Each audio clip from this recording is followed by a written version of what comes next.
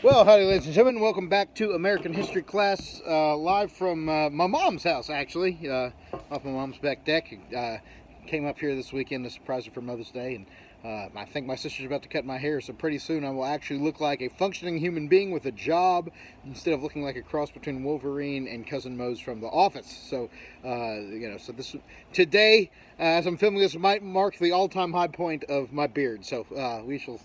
So mark this date in history. It'll be an infamous date that you'll want to remember. It'll probably be on a future test by the time your kids are taking this class, right? So anyway, today I'm going to try to get through as much of the 1990s as possible. I don't know if I'll be able to do the whole thing in one video, but I'll give it a go. If not, we'll finish it tomorrow as we also transition into talking a little bit about 9/11 and the war on terror in the 2000s. So I believe when we last left off, Reagan's vice president, George H.W. Bush, had become the president of the United States, elected in 88, sworn in 89. And he's really a very good president in a lot of ways. He's a little bit of a caretaker president. He's not one of these guys who's going to come with some radical agenda that's going to transform politics forever, but a good job of managing the government. But he's a little less ideological than Reagan was. He's a little bit more. If Reagan was a little more conservative than Bush was in terms of ideology, maybe Bush is a little more conservative in terms of his temperament and modesty and his ambitions and so on. Bush is going to, at one point, be the most popular president of all time. He hits a 90% approval rating at one point. And then only serves one term. He's not even able to win re-election. His popularity plummets so quickly that he gets voted out of office with a 40% approval rating after having peaked at 90, which is one of the weirdest turns of fortune in the history of politics. No president has ever been that up and down in popularity before, and we'll kind of see a little bit how that happens. So, probably the most, in terms of world events, the most significant thing that happens while Bush is in office is that the Cold War is officially over. 1989 is the year that freedom really begins to, move through Eastern Europe, and the Soviet Union collapses, which we talked about on a previous video, and that all happened kind of on his watch. A lot of it was stuff that had already been seeded by previous events. He just got elected in 89, so it's not like he snapped his fingers and made all the communist governments collapse, but, he was fully in favor of all the policies that helped that to happen. The most important event for which he was more directly responsible is the successful prosecution of the Persian Gulf War in 1991. So I think we may have mentioned in a previous video that in the 1980s or maybe the late 70s, Iraq was brought under the leadership of a military dictator by the name of Saddam Hussein, who was absolutely insane. He used chemical weapons against his own people. I read a book one time that claimed that Saddam, he said, let me say this about Saddam before I go on. He literally paid, he had 7 or 8 people that he had paid to have plastic surgery to look like him, to go send out as replacements for him to make public events and stuff, so that if someone tried to assassinate him, he'd kill one of these other saps instead of himself. Saddam supposedly once he had this habit for going on these long rants during cabinet meetings, and supposedly one of his cabinet ministers, one of his upper echelon leaders in the country, had a wife going into labor, and he raised his hand to ask if he could be excused from the meeting to go see his wife in the hospital, because Saddam was just kind of ranting. Saddam was so offended, according to this book, that he pulled the gun out. He had a gun in a holster sitting, on his pocket while he's in the cabinet meeting. He pulls the gun out and shoots the cabinet officer in the middle of the meeting. He keeps going. This guy has some serious screws loose. And we actually had supported him somewhat in the Iran-Iraq war in the 80s, although we also sold some arms to Iran in the whole Iran-Contra deal that we talked about. So, And Bush actually pardoned a couple people involved in Iran-Contra. That was a little bit of a controversial thing for him. But Saddam Hussein in Iraq decided to invade Kuwait, which is this tiny oil-rich kingdom in the Middle East. It was a very small country, still an old-school monarchy, but they were a major oil producer, as was Iraq, as was Iran and Saudi Arabia and Egypt and a lot of countries that we have some issues with. But at the time, we were very, very dependent on Middle Eastern oil. We still are to an extent, but it's not anywhere near what it was 30 years ago. So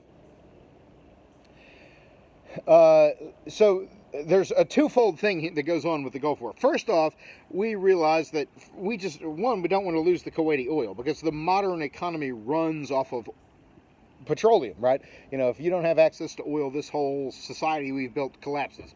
So we don't want Saddam taking the Kuwaiti oil out of circulation and not putting it on the market.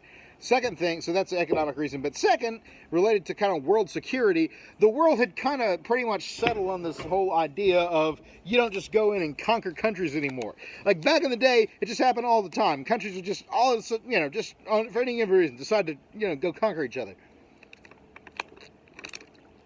But World War II and the tragedy that World War II was really kind of puts an end to the world's willingness to kind of put up with that mentality. We didn't want to allow any more Hitlers to emerge. And so, even though like Stalin had some expansionistic tendencies, but we worked really hard to check them. And we just decided that the world's not going to put up with just countries just rolling in and taking each other over anymore. Because the 1990s, it's going to be this decade of kind of a lot of international cooperation, globalization of the economy, all this stuff goes down. So the idea was people really looked at the fact that we didn't do anything to stop Hitler after he had taken, Hitler took, first, the Sudetenland and then all of Czechoslovakia and then, annexed Austria and did all these things. And then, that set up the invasion of Poland, which turned into the invasion of Denmark and Norway and France and the Netherlands and go on and on. So our idea was we don't want to let that happen. If we don't want Saddam to conquer Kuwait and us do nothing, and then he say, you know what, since I conquered Kuwait and nobody did anything, let me conquer the United Arab Emirates, let me conquer Qatar, let me conquer Saudi Arabia, and then potentially wind up with this madman controlling all the world's oil and endangering all the independence of all these Arab nations. So, and then obviously once he did that, you'd figure there would be desires to destroy Israel and so on. So President Bush sends James Baker, who was the Secretary of State, to go put together an international coalition associated with the United Nations and largely involving all the Arab kingdoms to work together to put together an international coalition of Arab kingdoms, of European countries, of various countries from the free world, Australia, and just different places like that, and then American troops in the lead. We put together this international coalition to go drive Saddam Hussein and Iraq out of Kuwait. And so it starts with the war is broken into two phases. So the first was known as Operation Desert Shield, and then the second and more offensive part of the war is known as Operation Desert Storm. That was based off of the operative military code names for the operations. The leadership underneath Bush during the Iraq War was predominantly two men: Colin Powell, who was the chairman of the Joint Chiefs of Staff, and Norman Schwarzkopf was kind of the general on the ground. So, Storm and Norman, they called him. And Colin Powell, a lot of people actually pegged to probably become the first African-American president. It wound up not going that way, but he became such a national hero in the course of the Gulf War that a lot of people thought that was going to happen.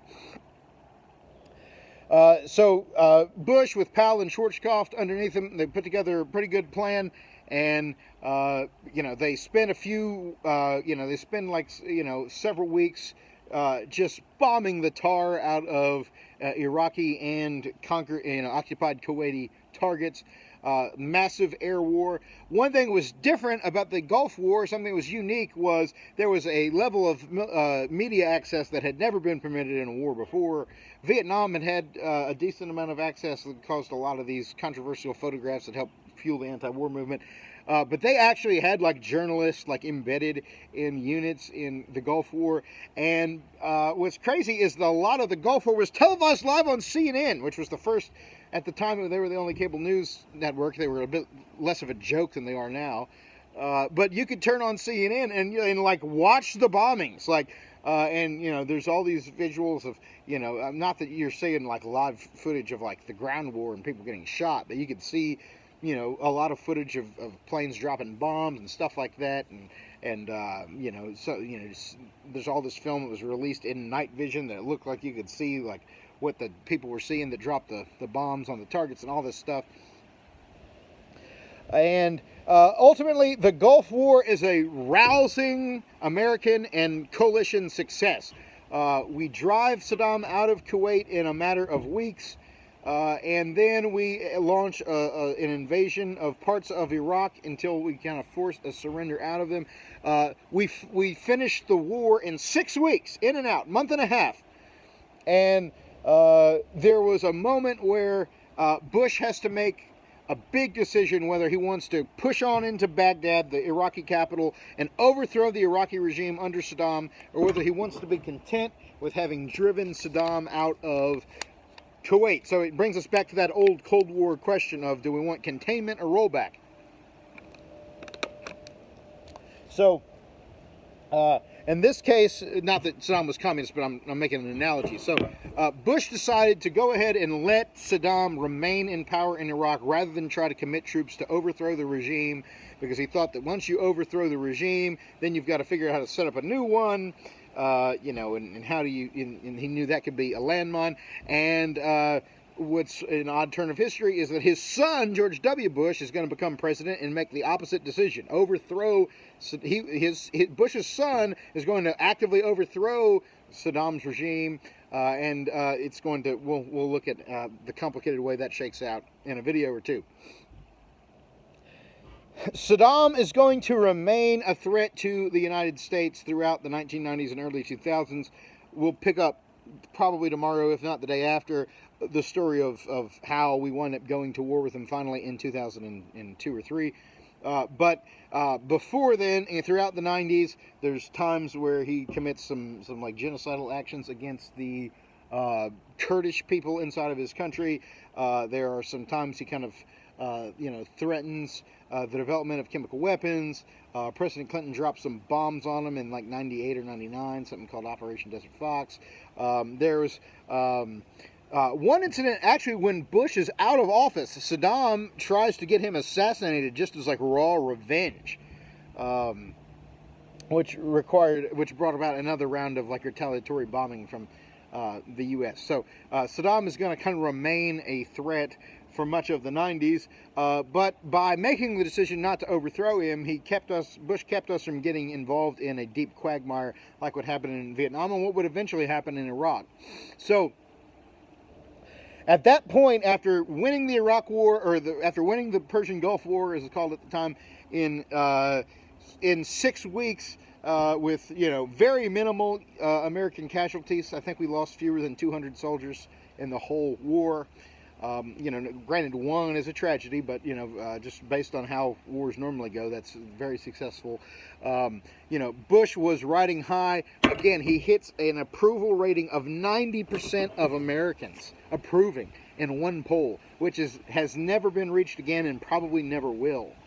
So the big question then is, how does a man who at one point is the most popular president in American history at a given moment not even get to serve a second term because he gets voted out? Well, that is a strange turn of events. And a lot of it has to do with a brief blip in the economy that was kind of magnified by the media into being a little bit something worse than it was. But a little backstory about the 1990s in general, across both the Bush and Clinton administrations, and even the first few years of the W. Bush administration before 9/11 kind of changes the game. Well, actually, I say that really this kind of goes through the Bush years and even into the Obama years, and I'm thinking about it. But the phenomenon that is known as globalization, where the economies of the world are becoming increasingly intermingled. which is very favorable to these vast multinational corporations.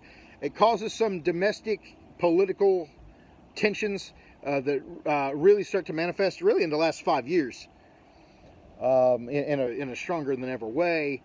But the 1990s, it's this era of tremendous peace and prosperity, huge technological development. The internet, I think, was officially developed in like 89 or 90. It's like becomes a thing that people are actually using in their homes by like 95, 96. I remember when I was a kid, it was right around, I was born in 87. It was right around 96, 97 when I was about 9, 10, when you started to see like website addresses on all the commercials to show that their company was cool and had a website. I remember like we were actually like using the internet at the house by the age of 11 or 12 or something like that. And no, even a little less than that, probably even 9, 10, 11. Of course, it was this really terrible dial-up that took like forever to load a page. And all the things that make the internet cool like weren't there yet. Like there was no YouTube or iTunes or like all these different things. So I don't even know what was so interesting that we were waiting minutes for the pages to load. Like I don't know, but it was new. You literally had to pay by the hour. Like you had like a certain number of hours of internet that you could use like on your computer. And so like the first major internet company is as far as the service provider is something called America Online or AOL, and they literally would have CD-ROMs, like it just like they would have free CD-ROMs in the back of like every magazine that you would buy that would have like 30 free hours of AOL, and so like you could like use the internet for like 30 hours. It's kind of like having a data plan on your phone, but you had it for your like computer. So it was a different world, but it starts to show up in the 90s. So between technological development, great economic progress, the 90s, with the exception of this little blip that winds up costing Bush the presidency, the 80s, 90s, early 2000s is the greatest extended period of economic prosperity that we've ever had, which is weird because you would think that the 90s being this kind of roaring 20s type booming economy, you might have expected our politics to be a little more cordial and all this kind of stuff, but in actuality, it's like the removal of the threat of the Soviet Union is kind of the removal of one of the like last unifying threads that held all of America together. And the 1990s becomes this decade that's known for vicious political battles that really set the stage for how nasty politics has gotten the last 10 years. The stage for that is really set in the 1990s.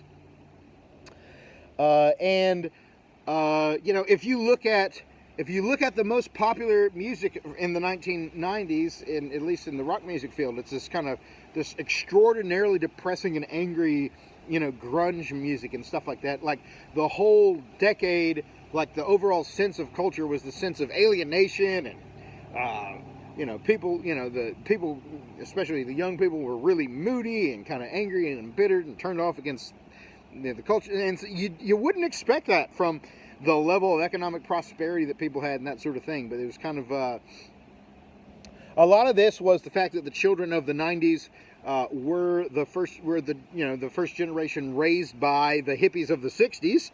And so a lot of the stuff that we talked about as far as family breakdown and increasing divorce rates and all this kind of stuff fuels winds up this being the first generation that gets really affected by that in their youth. So that kind of fuels, I think, some of that teenage alienation that the 90s popular culture is known for. So it's really contradictory. On one hand, it was the best of times and it was the worst of times. On one hand, people were doing really well. On the other hand, there was still a lot of like anger and stuff going on. And it's kind of like that today. I mean, everyone wants to say that the world's falling apart now, but we're about as prosperous, as, certainly as a globe. But I mean, really, even as a country, in terms of raw economic deals, in terms of medical progress, in terms of 100 million things, this is the best the world's ever been. And yet, people are at each other's throats. So the 90s is really the beginning of phenomena that continue into the current day. So what causes... I should say Bush was involved in one other major military operation, which is actually overthrowing the government of Panama over drugs. One thing that kind of came up in... one thing that I kind of neglected to mention when we were talking about the 80s, I should have talked more about, was your book kind of glossed over it, but in the 80s is the invention of crack cocaine. And this is a major major problem for America's cities. It really turns America's cities into a war zone in the 80s because it was more addictive than any drug that people had taken before. And so gangs step up, like shootings. There's a high level of participation in youth violence and rioting in the streets and stuff. And so really, America had like a 40-year crime wave from the mid-1960s until the mid-1990s. Well, I guess that's 30 years. So they had like a 3-decade crime wave. And you notice if you watch any movie from like the 70s, 80s, 90s, especially if it's like set in New York, just how grungy and nasty the city looked, that's probably not the perception you get in a show that's based out of New York now. But that's because, that era of, New York City was just a terrible place to be, and they weren't the only city like that. Most of America's cities were in war. They were in flames over this crack stuff, and so this causes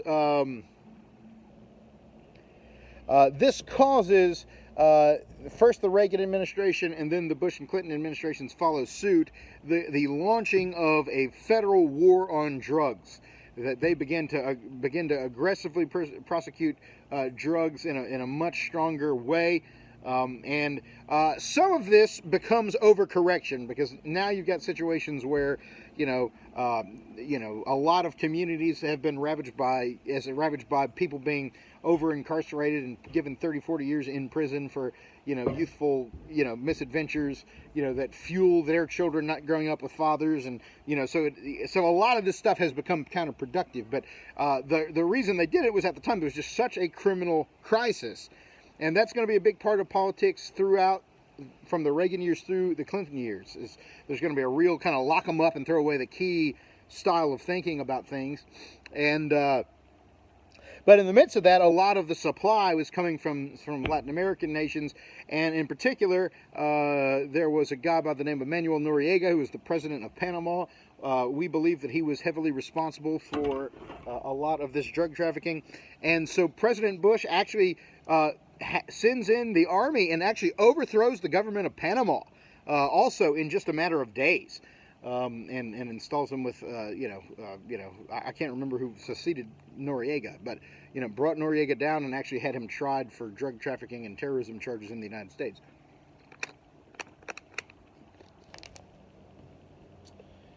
So,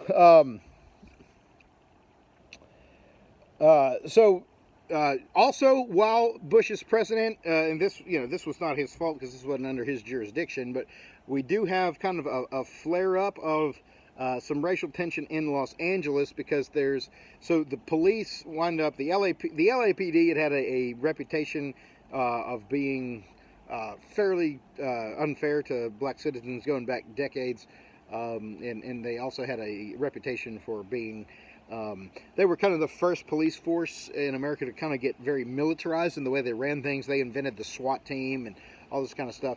And they kind of had a culture that kind of permitted, a lot of kind of roughing up suspects and kind of police brutality type of thing. Well, they wound up arresting a fellow by the name of Rodney King, who at the end of a chase, and the cops just, and the guy was a criminal, he doesn't say, but the cops just beat him up in a way that was completely unnecessary, completely ought to have been illegal, absolutely brutal, just whipping the tar out of the guy with nightsticks.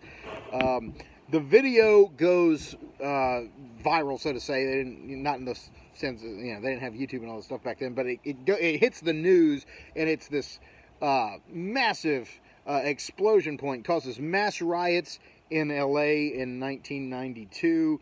Lots of people get killed, a lot of houses get or businesses get windows broken, some stuff burns down. So like LA turns into like a madhouse. They have to bring in SWAT team, National Guard, the whole deal. So again, like I said, 1990s on one hand, best of times, on the other hand, worst of times. So in the midst of all this, there's also some economic downturn related to a couple things. One, there was a scandal involving the savings and loan bank industry, which is a particular type of bank, and a bunch of these banks are using some kind of unsound business practices, and that led to that led to a number of them crashing. There were actually some corruption scandals connected to some lobbyists for the S&L banks that were like lobbying congressmen to prevent legislation that might have stopped some of these things from happening. So that winds up being a major controversy.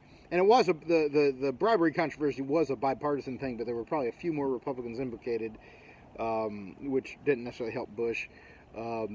You had, but that caused the failure of all these savings and loan banks winds up affecting the economy. And then you have a period of time where, again, Reagan kind of made the decision in the 80s in an attempt to break out of the stagflation of the Carter economy, to go ahead and suck up having a big deficit to make sure that we were able to have aggressive tax cuts and increase military spending at the same time. And he wanted to cut down on domestic spending, like on welfare programs and stuff like that, but the Democrats who were in Congress wouldn't let him. So we wind up at the end of the Reagan years with a decent-sized deficit, not like the one we have now by any means. So Bush really cares about the deficit. He really cares about managing the government's finances well. And so he winds up agreeing to a bipartisan compromise bill that would involve a few spending cuts in exchange for some tax increases. Well, this is actually probably decent government management, but it was unpopular with a lot of people who would have been, naturally inclined to be Bush's supporters.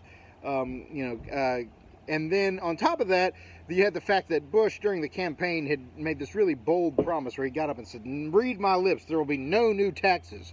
Well, and then there were. He raised his taxes after he said he wouldn't. And the tax increases, while they may have been necessary to affect the deficit, help bring about this little blip, this little recession that happens. And so you have a slow economic growth, this little recession that lasts for 6 to 9 months in 1992. And really, honestly, if 1993 had been election year, the economy would have turned around, Bush would have been fine. But 1992 was the election year, and so 1 year after 9 out of 10 Americans approved of his job performance, you wind up with a situation where 4 out of 10 do, which means that literally half of America turns on George H.W. Bush in a 1 year period over this economic slump. And by the time of the election, the slump was starting to turn around. But the thing is, economies don't turn around on a dime. A lot of times, it'll take a little while of demand increasing before, supply catches up and more people get hired. So economic turnarounds don't just happen like overnight. And so, anyway, Bush winds up losing the election, but it's done in a very colorful and unusual way. First off, Bush faces a primary challenge in the Republican primary. He wins with 80% of the vote, but probably 85 to 90% of the vote, but his challenger is a guy by the name of Pat Buchanan, who's a former Nixon speechwriter who gets about 10% of the vote. And Buchanan was running against a deal that Bush was working on known as the North American Free Trade Agreement. It winds up being signed by President Clinton, who is going to win this 1992 election.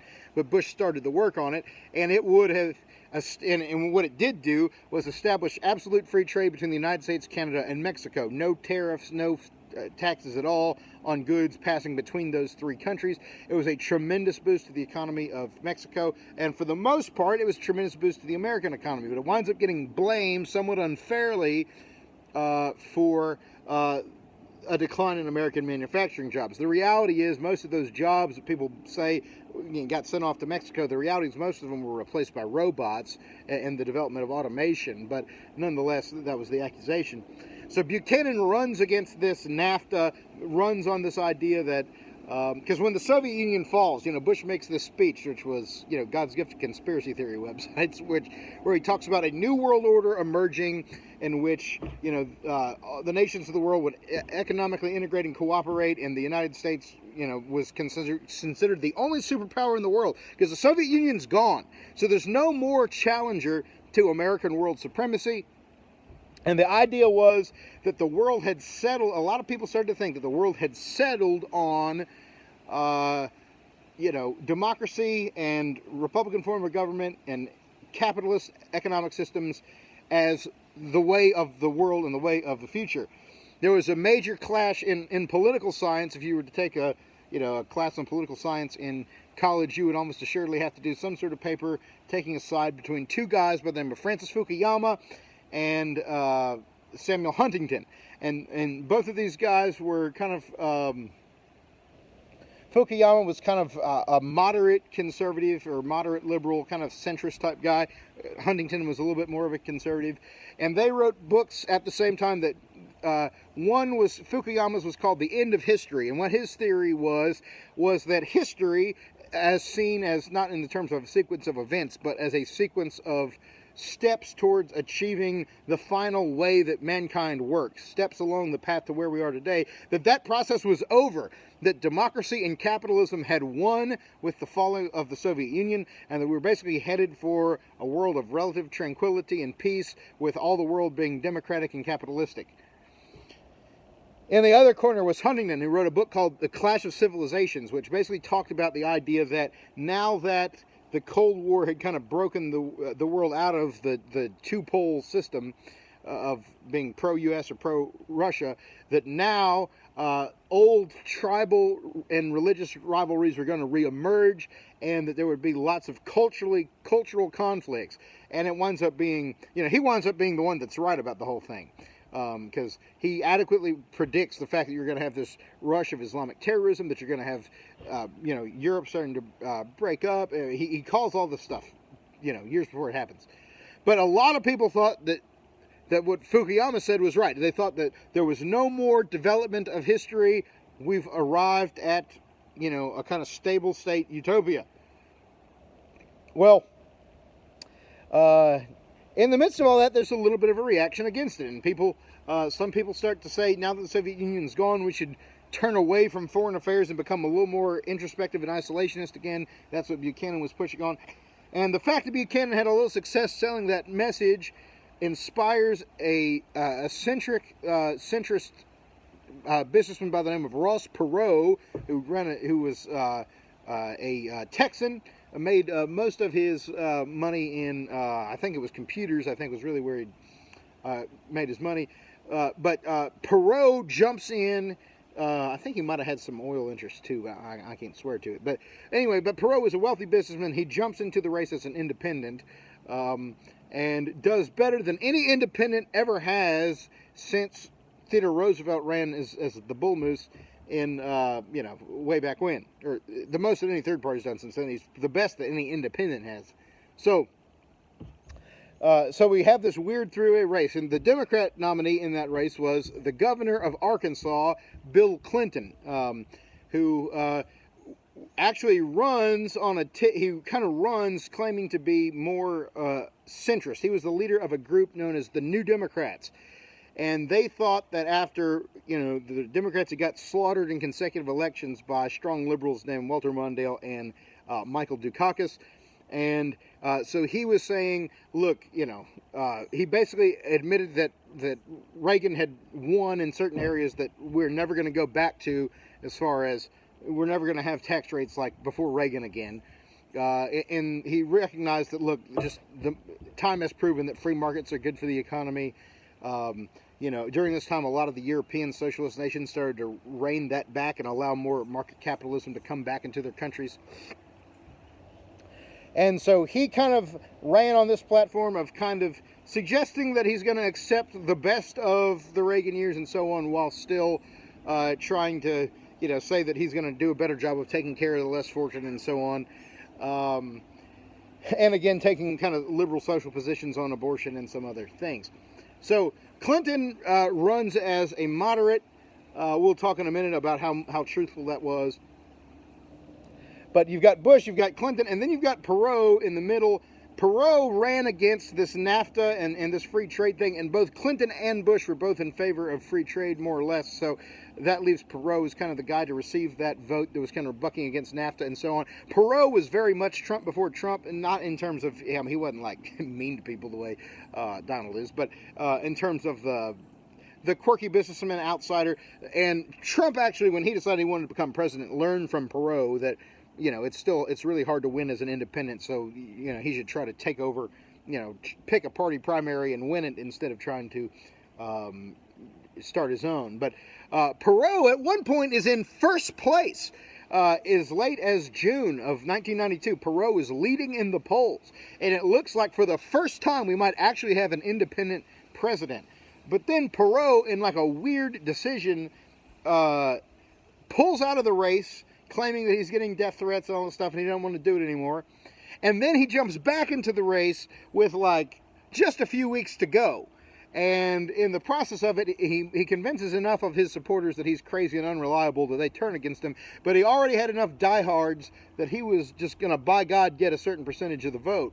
And so Perot is going to finish with 17% of the vote, which is not enough to win, but it is enough to deny both candidates a majority. And Bill Clinton actually wins the popular vote with only 41%. It might have even been 39. It was somewhere in the 39-41% range.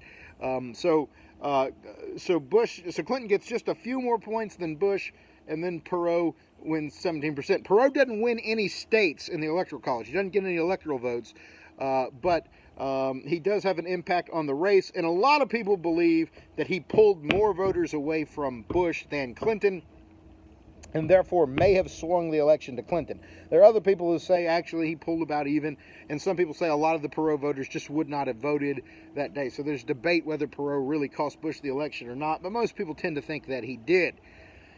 Either way, George Bush, after having a really very solid 4-year presidency, is gone after one term. Which is sad because he really really kind of deserved 8 years in my view. But Clinton is the guy. And he is going to be an interesting figure in American politics. He and his family, especially his wife, Hillary Clinton, become lightning rods. Possibly the two most hated people in politics, certainly among Republicans in the last several decades. They do.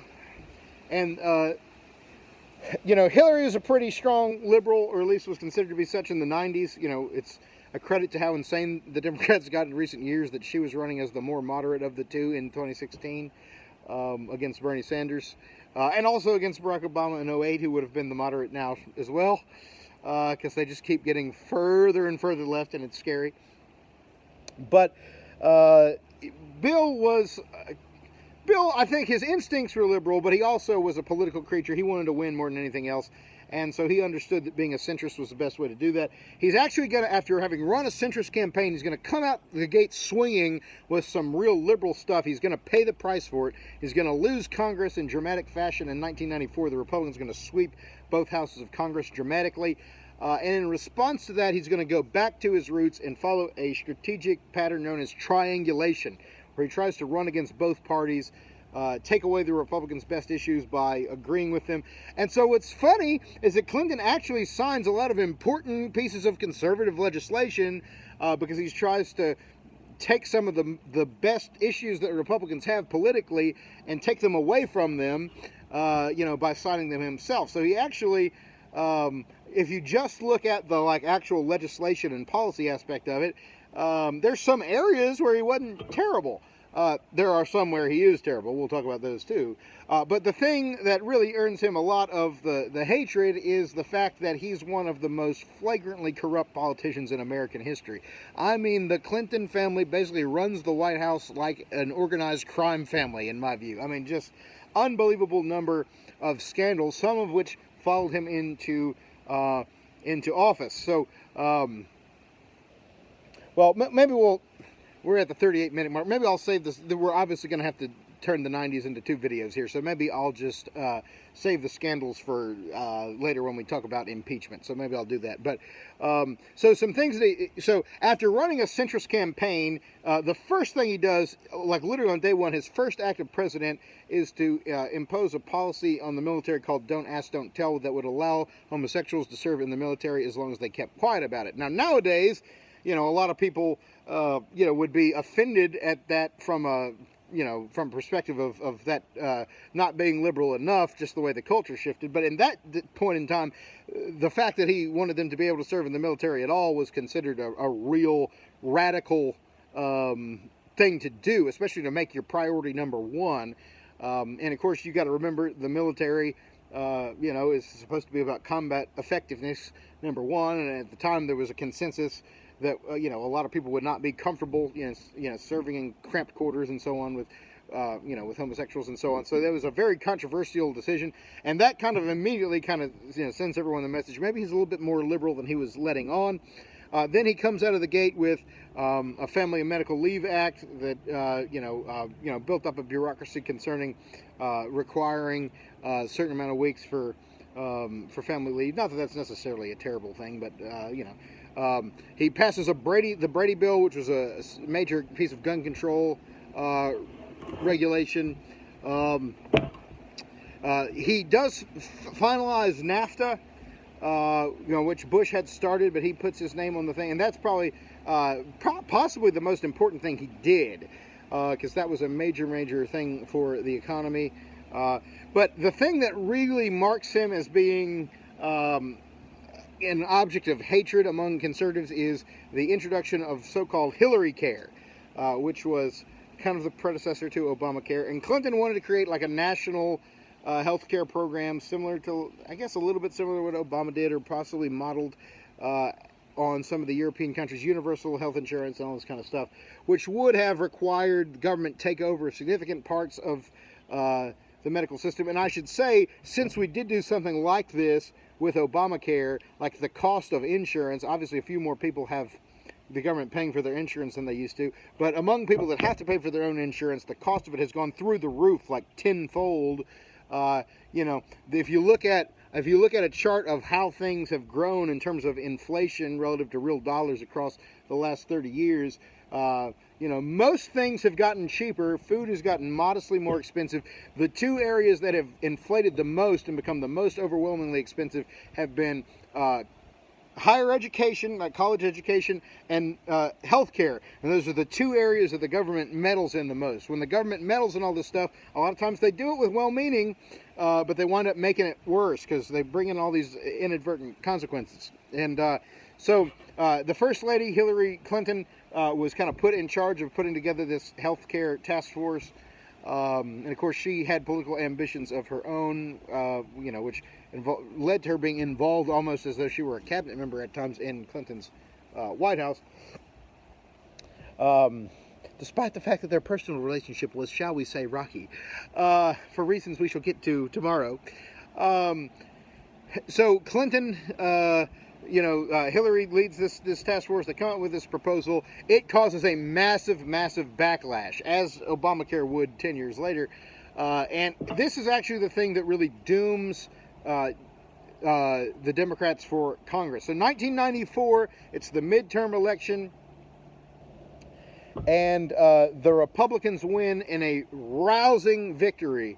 And the new Speaker of the House is a man by the name of Newt Gingrich, who is from Georgia.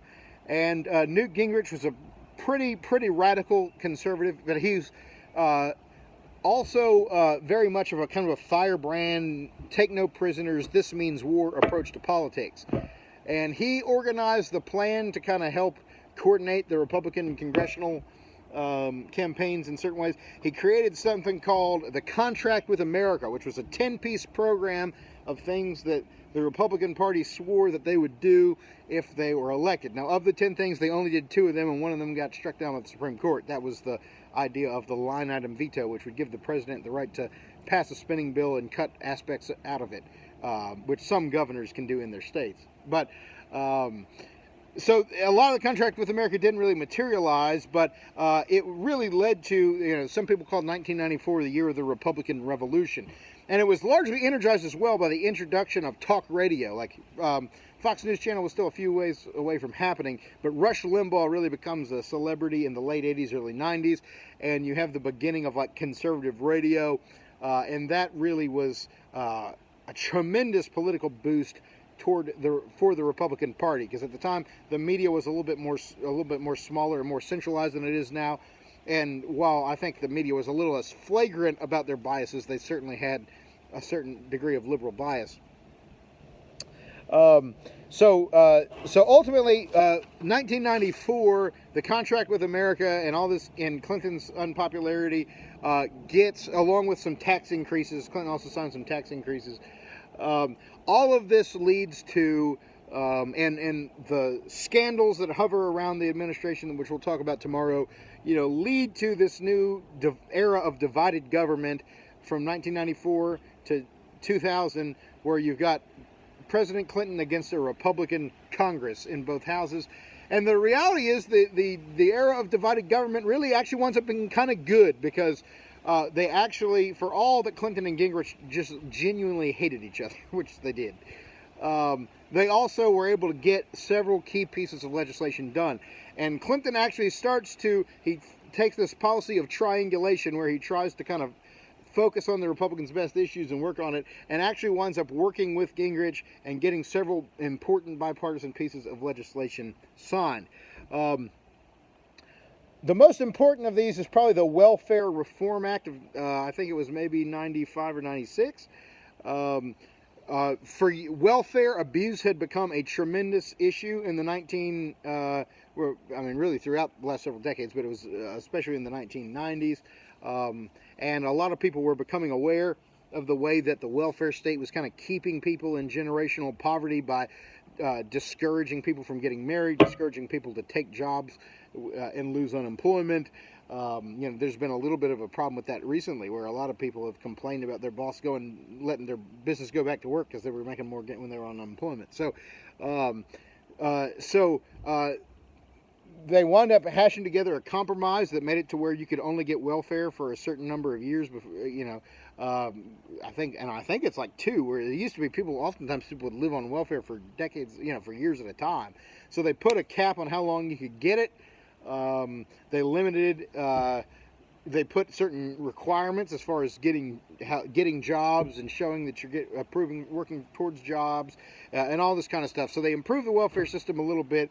Doesn't take away all the abuse problems, but it does clamp down on them a good bit, and the system's more functional than it was before then. They pass a major crime bill that there's actually now kind of a bipartisan consensus that the crime bill was overdone and a bit of a mistake. Now there's some diehard Law and Order Republicans like Tom Cotton would probably tell you that it's the reason the crime wave went down. But a lot of people say the crime wave was starting to go down when it passed anyway. The crime bill resulted in a lot of over-incarceration and people being in prison for 12, 15 years for things that should have been 2-year bits or whatever. So it's very controversial now. Most people in both parties have turned against it, but at the time it was popular bipartisan legislation. Again, you got to put it in the context of all the urban crime that was happening at the time. America's a much safer place in terms of crime than it was in the 80s, 90s. I could pretty much walk around most places in New York City feeling safe at 9:30 p.m. today, whereas in the 1980s, it wouldn't have been like that.